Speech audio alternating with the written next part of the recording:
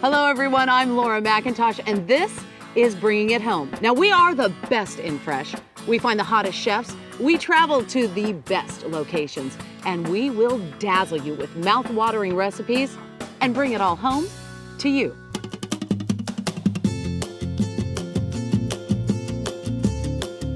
That's bigger than my head.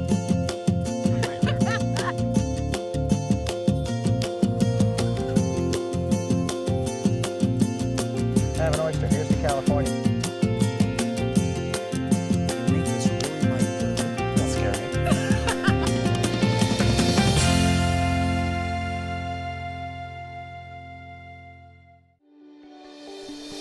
Lexus is proud to support Bringing It Home's message of sustainability and freshness. We encourage you to know the people behind your food and to enjoy your pursuit of perfection. In-season freshness is the key ingredient to making every meal taste the best. So here's a look at what's fresh around the country. No matter where you live in the country, whether it's the East, the West, the South, or Middle America, here are my top 3 picks for what's fresh in each of those areas during all 4 seasons. Here's what's fresh during the summer in the East: berries, peppers, and zucchini. If you're in the West, here's what to look for: nectarines, watermelon, and garlic. Here's a tip for you Southerners: check out tomatoes, squash, and peaches. If you're melting in the Midwest, cool down with beets, blackberries, and blueberries. So now you know, creating easy and delicious meals is a snap. The key ingredient is to keep it fresh.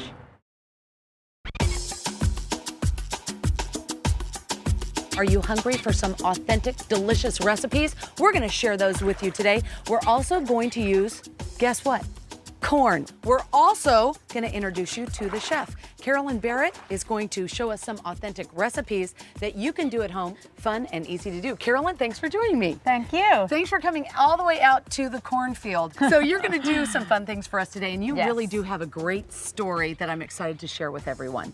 Born in Mexico City, you're here in the United States, but you're going back. Yes. Share that with us right now. I have a catering company, and I'm on my way to Pescadero, Mexico, to be the chef. You're going to move your whole Yes. family back kind of home. Yes. Although Home to Mendocino, me. right, home to you. Mendocino is home for now. Yes. But then you're going to go back there. That's got to be Yeah. exciting. It's really exciting. Share with us what we're going to do today. What are our We recipes? are going to cook a pozole that I have lightened up a little bit for American palates, Oh, but good. Okay. pozole is generally cooked for big celebrations all over Mexico. Good. I've made mine with chicken and tomatillos as opposed to pork, which is the traditional meat in okay. there. All right. And I've used a lot of fresh produce. You have a garden and you cook fresh from that all the time. I so. try to as much as I can, Yes, and yeah. it's really great. I brought a few things from my garden today, Wonderful. actually, some herbs and some zucchini and a couple other things. You really then subscribe to what's in season is the best flavor, makes your dishes taste the best. Absolutely. Well, now, let's start our first recipe. Okay, Share with me great. what you're going to do.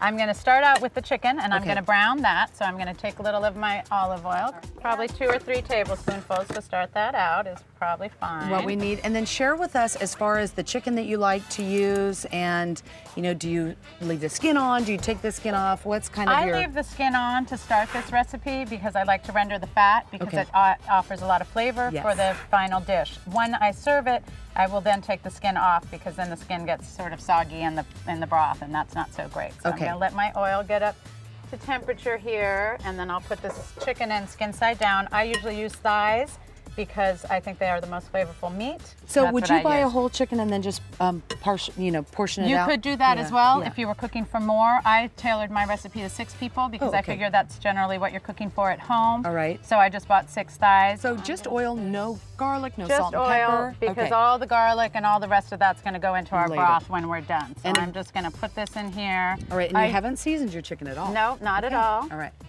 This is a heavy bottom pan, which is what you're going to want to use for making a soup like this because you want a nice hot.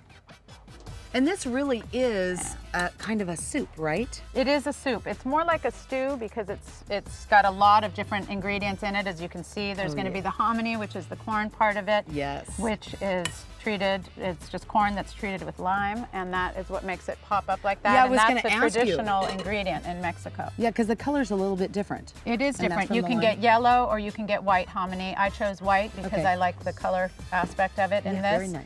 It's very healthful and good, and all they do is get the corn off the cob and soak it in lime, and that's what puffs it up, and you can buy it dried.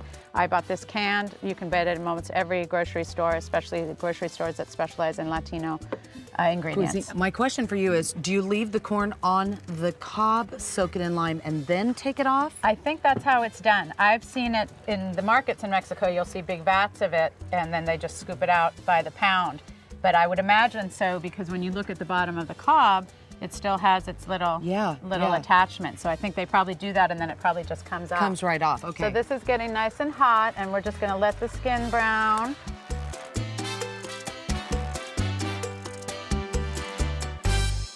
The chicken finished browning, and then we put it in a dish, and we put it right in the oven, and it's at what, 300 degrees? 300, 350. Now you're sauteing the onions. Sauteing the onions first, just kind of moving them around, scraping the nice brown bits off the bottom of the pan. Yes. So then what we'll put in next is our peppers. Ah, And then we'll put the garlic in. I All always right. start the onions a little bit before the garlic so we don't burn the garlic. so question for you. I know a lot of the recipes that I do when I'm cooking Mexican cuisine has garlic in it, but is that truly authentic? Garlic is pretty authentic. I grew up eating lots of garlic, lots of onions. So now we're just letting it do its thing in there. And now we've got the onions and peppers and garlic all cooking together and nice and soft. So we're gonna start adding our other ingredients. I have a cup of cooked white beans, a 30-ounce can of hominy, white hominy, rinsed. I'm gonna put my zucchinis and my tomatillos in, quarter. And cook for about another 10, 15 minutes.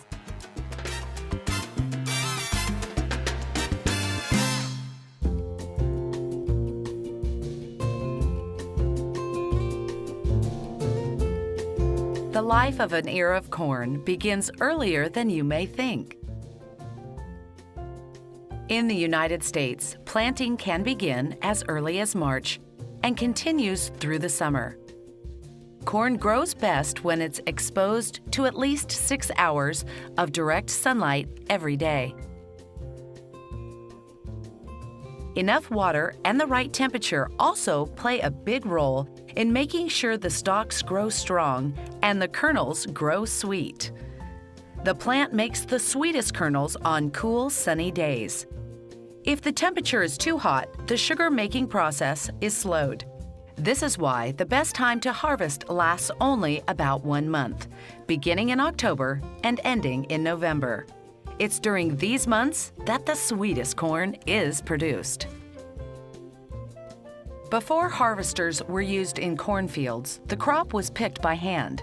Individual ears had to be pulled and husked.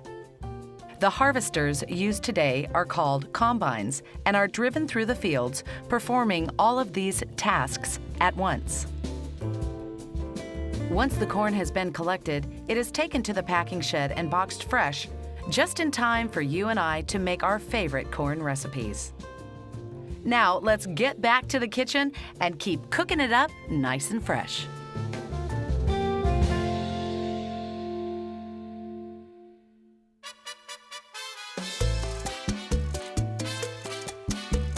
Now we are putting all the chicken from the oven into the pot. To mix it around a little bit and put some water in there to make the rest of our broth. Now you could use chicken stock if you wanted, All right. but in the interest of just seeing how great the flavors can be without it, right. I'm just gonna go and put that in there.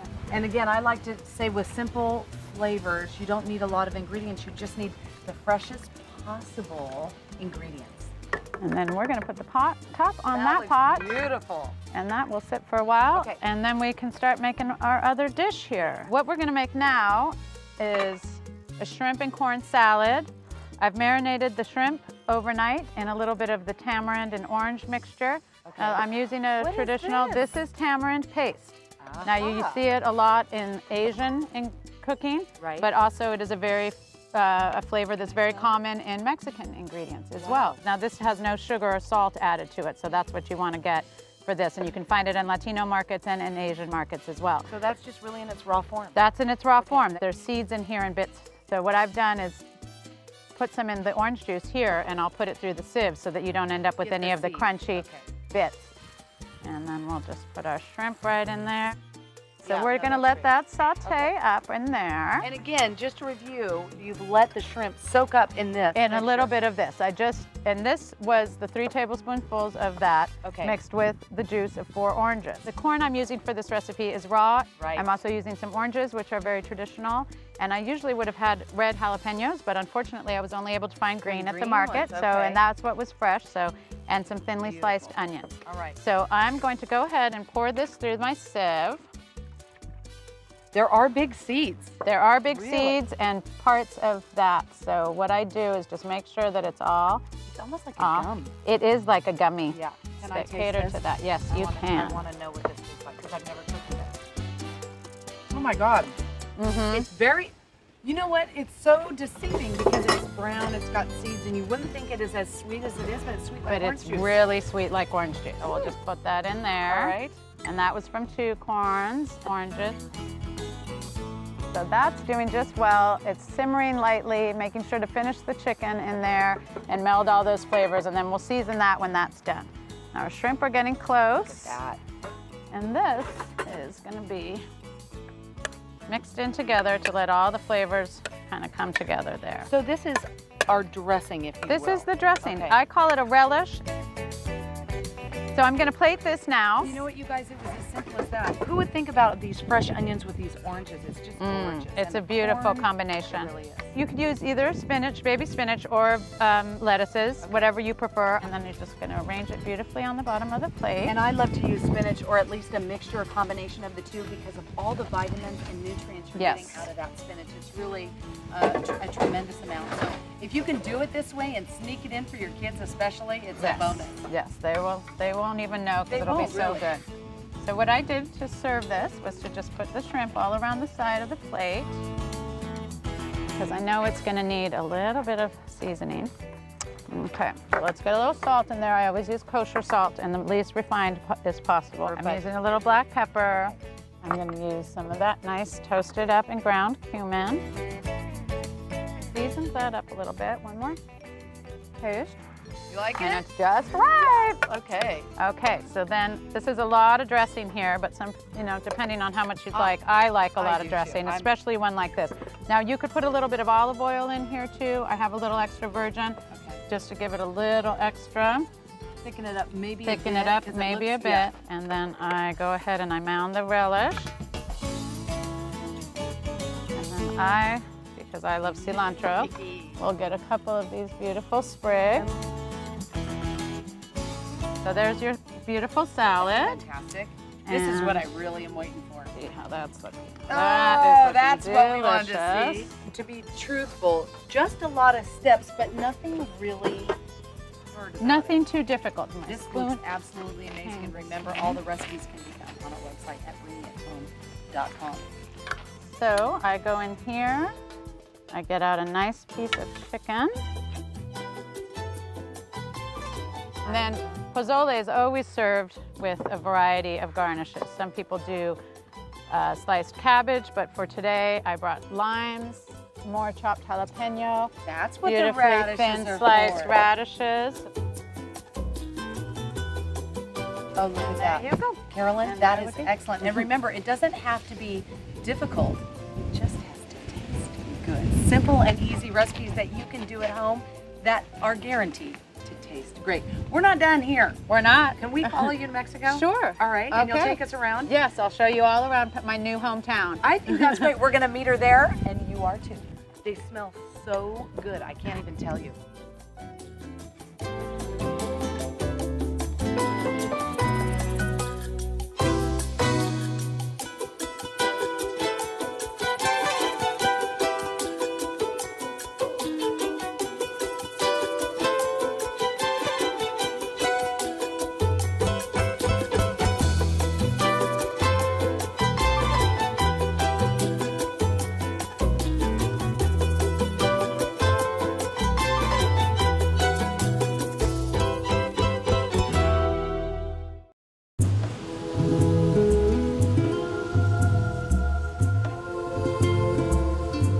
After promising the chef, and because I'm always on the lookout for what's fresh, I was obligated to make my way down to Mexico. Yeah, right. No one and nothing was going to stop me. I even brought my husband Tim along for the ride. We met up with Carolyn to taste some truly authentic Mexican food.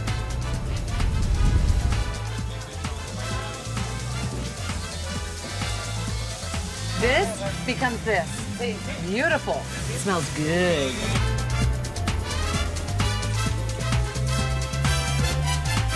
Can I try the natural? See? Okay.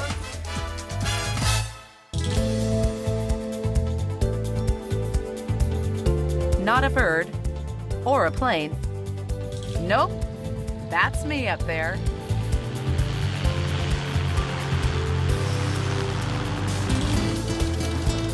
Wanting to experience some of Mexico's culture, we decided to go fishing with the locals.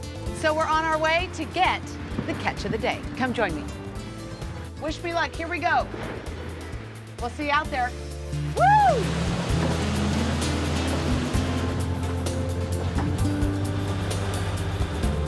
The water, sunshine, nature, we were feeling pretty peaceful. I mean, you can't get food more fresh than this, right?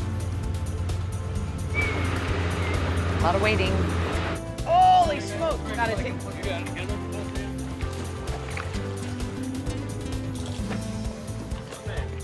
Woo! Look at that. Okay, now you gotta kiss the fish. Oh God, no, no, Now you gotta kiss the fish. You caught it. no. But look at that, right? All right, you got one. Good job, woman. Woo! Who says bringing a woman along is bad luck? So, truth be told, Tim caught the fish, but he let me reel it in. And it was beautiful. It was a Dorado. The color was gorgeous, about 12 pounds. Fresh fish. Once we caught our fish, we headed back towards land. Literally, right into it at full speed. I was not expecting that.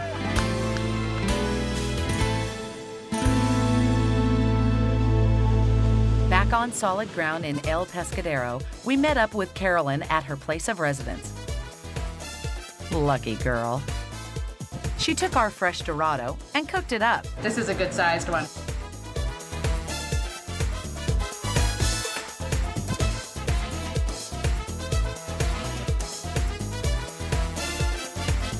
Okay, everyone, we're gonna take a look at what the fish looks like now. Carolyn has prepared it in the kitchen. We brought it to her, she filleted it, and I'm excited to see what she's gonna do with it. Hi, Carolyn. Hi, Laura. How are you? Okay, that looks great. Good. All right, I very made nice. this one especially for you. Okay. I made a corn cake with masa polenta. All right. And then I put the fish on the flat top and made a delicious mango salsa with fresh mango. Right. Mango sweet, which is something that they make here, which is a kind of a cooked down mango with sugar. All right. And then I put a little spicy in there too. So it's red kind of sweet onion, and spicy. little pepper. Yeah. And Oh, gosh, and that looks then beautiful. I also made another version of the fish here. I did a grilled version with a tomatillo and avocado salsa. And then I made a corn relish similar to the one that I made before, except this one is roasted corn. It has pickled onions and a little bit of roasted pasilla peppers that are a little bit spicy, but not too spicy, I hope. This is sort of how I like to cook. I like real light flavors. I like a lot of bright flavors in the mouth, and I don't like things that are too heavy. Plus, you cook so well that we like to eat so much that it needs to be light because we want to Because eat you a need lot. to eat a lot. Yes, That's exactly. what we're hoping. We're hoping that. So, All right, we're go gonna ahead. try it. Buen provecho, you two. Thanks, Okay. Carolyn. Carolyn's dishes were amazing. After eating the fresh, cooked fish, we headed back to the water. Tea, you and I. Salud. Cheers. So what else do you do when you're on the coast in Mexico? You go surfing. I met up with my friend Mario, who taught me how to hit some olas. Surfing? No problem. I got up on my first time. Tim, on the other hand,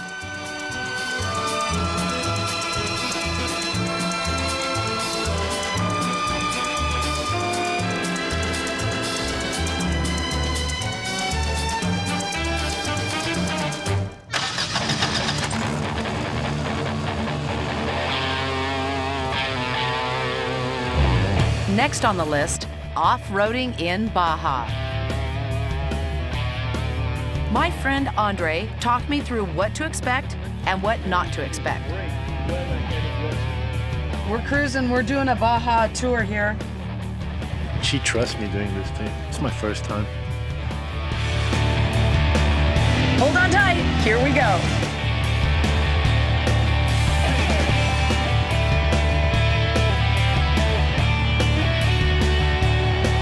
Some of the hikers Andre warned me about. Andre was a great tour guide, explaining the blurry parts of Baja I couldn't quite make out going 90 miles per hour.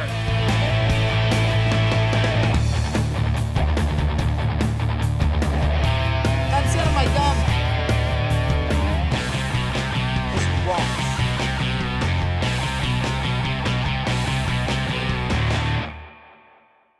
After a day of wrangling monster fish and extreme sports, we dedicated our evening to the efforts of preserving the precious sea turtles. This is the only time of year that they head to their original birthplace to lay their eggs. Once on shore, they bury their eggs about a foot deep into the sand. Their eggs are precious and need to be protected. They will be dug up and eaten by predators if they're not gathered and taken to a safe, controlled environment. 120 eggs. She can have it. Times. Once the eggs are buried, the turtles head straight back into the water, never to return. The babies are left to fend for themselves.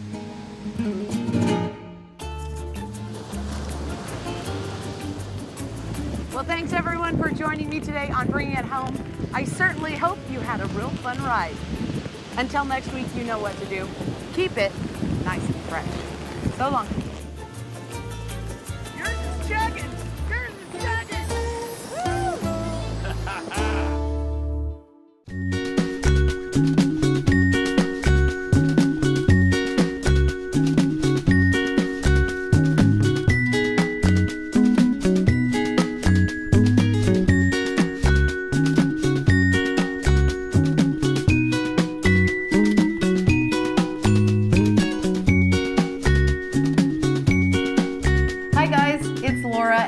Answering another online question. This one is really fun because they're asking if I have any new ideas on the traditional guacamole. Well, first of all, you always have to have traditional guacamole and salsa for any of your fiesta celebrations. But a tropical guacamole is fun, and guess what? Kids love it too. So let's get started. It's so easy to make. I take one finely diced jalapeno and leave those seeds in there so you get a little bit of that heat. Then I add 1/2 cup of diced pineapple, 1/2 cup of diced papaya, 1/2 cup of diced yellow onion.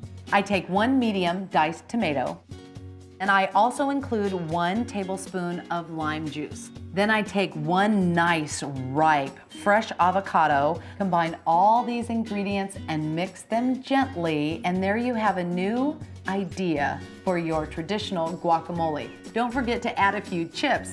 Even your kids will enjoy this one.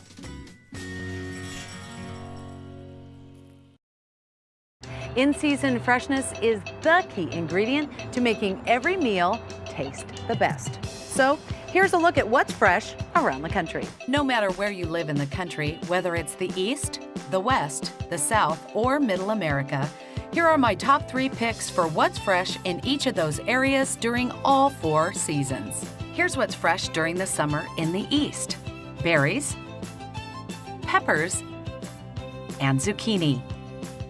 If you're in the West, here's what to look for: nectarines, watermelon, and garlic.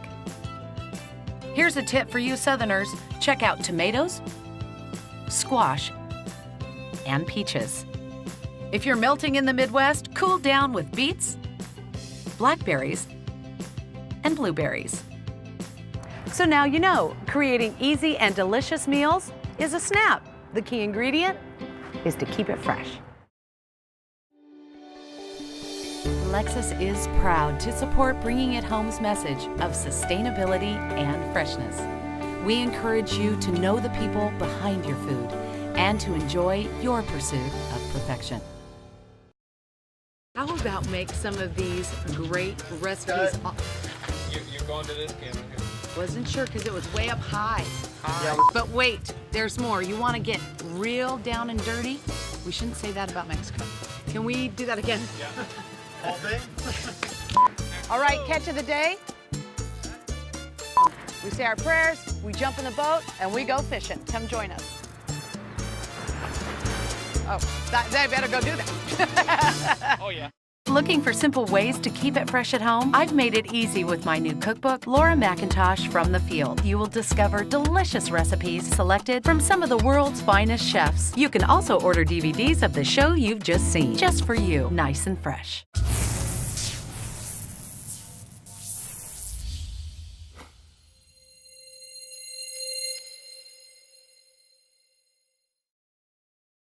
Honestly, the most fulfilling part of my job is meeting local people, real people across the country each year. And I'm in really fun places too, Boston, New York, Florida, Tennessee, Kentucky. For the most part, I'm getting local there. I'm getting to know the real Americans across this amazing country. And so we're bringing home the farmers, the people, the places. Bringing it home is exactly what it says. It's about home.